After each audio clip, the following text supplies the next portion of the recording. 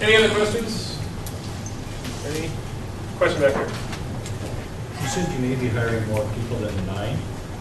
So after the close date, and you do get approval to hire more, are you going to redo competition, or are you going to take from what you've already done? We're going to take from what we're doing.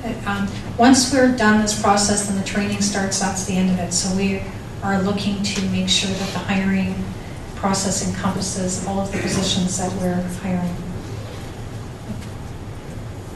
So in this round, and what I'm saying is if we have to, if we said more than 9, and we were pretty clear about that in the job ad as well. So if we need to fill a couple of extra positions, or maybe people who are backfill positions, that kind of stuff, so we may be taking others. Are you equal opportunity? Absolutely. Okay. Anyone else? Question over here. In a job ad, the successful candidate will have to deal with difficult employment issues. Can you give us an example of a difficult employment issue? Thousands of examples of difficult employment issues. Who wants to take that one on? Maybe she thinks it's not like we should. It's not difficult employment issues amongst us. It's difficult issues that we're dealing with between the claimants and their employers. Exactly. It's the people that make it difficult, and your conflict resolution skills will really come in handy. But a complex issue could be severance pay.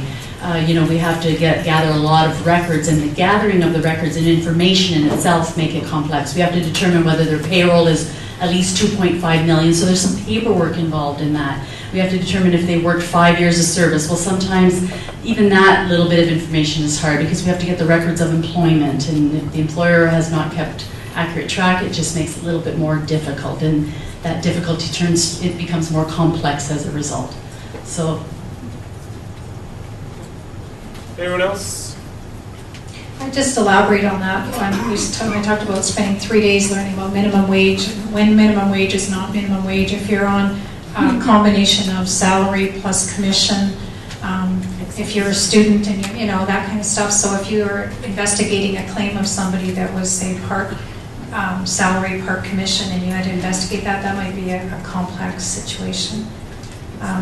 Difficult situations when there's a controversy between the employer and the claimant. The employer says, that person never worked for me, or that person stole from me, I'm not paying them the money they owe. You have to stick to the facts of the case, apply the legislation, etc.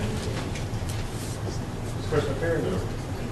My question is, will the website only allow you to input from one resume? I was eager to put one in yesterday and realized today that there is definitely more information and examples that I can place in there. I have compressed it into a 1-page cover letter with a 2-page resume, knowing now that examples and everything will be brought forth. Will the website allow you to add? Rosanna? So you can add another resume. You could just submit another resume.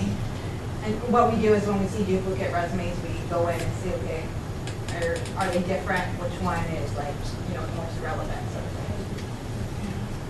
Based on the information that Rosanna gave you, I would encourage you to take a look at that. Some of us were from the old school when we were told to do a cover letter, and the cover letter said something like, please accept my application for the position that you advertised in the Sault Star. I'd be a great asset to your company. You can contact me at blah, blah, blah.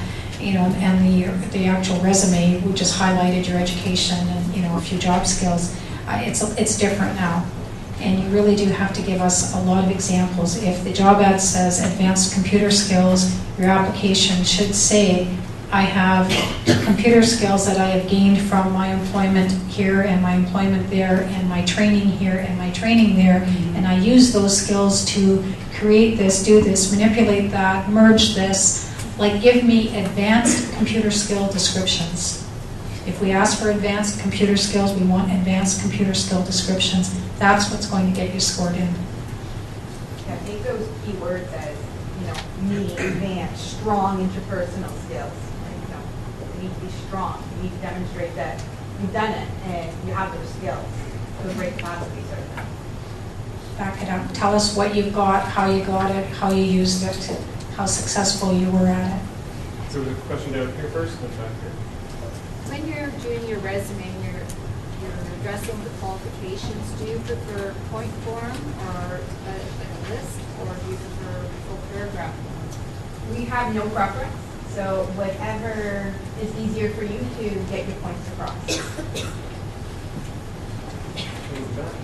Just want to go back to the advanced computer skills. I mean, one person thinks that if they know how to type in keyboard processor, that's advanced. There's somebody else who does computer programming, that's advanced. Can you give me an idea what you mean by advanced computer skills? What I personally do when I'm looking at that is, and I know this is just my own idea, I look at the Sault College career paths and I take a look at the difference between their basic word processing skills and the advanced word processing skills courses and think, that's what they expect me to be able to do. I need to be able to demonstrate, in my application these things.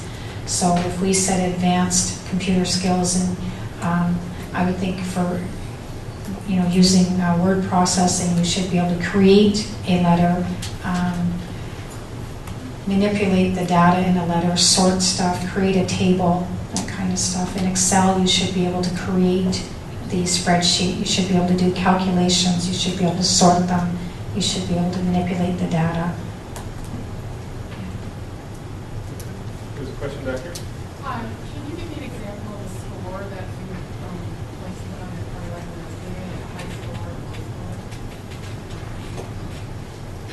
low score? Is it typically around 75, Rosanna? Is that what you're asking?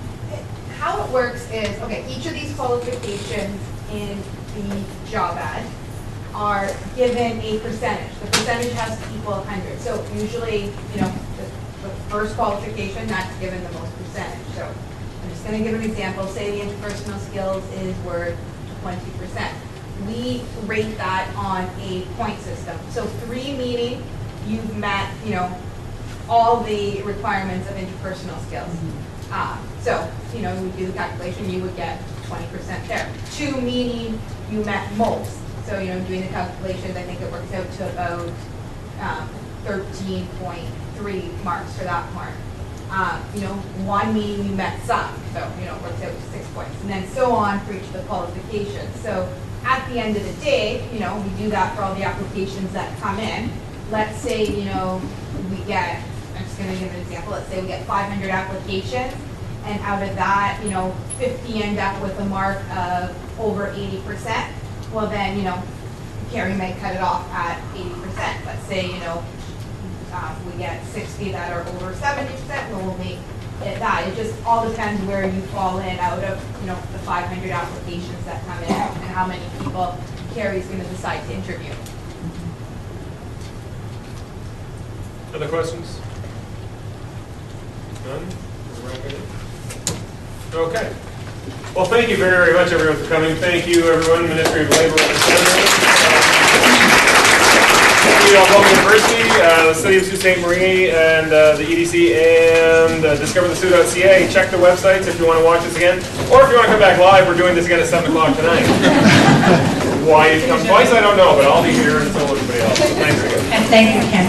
Thank you.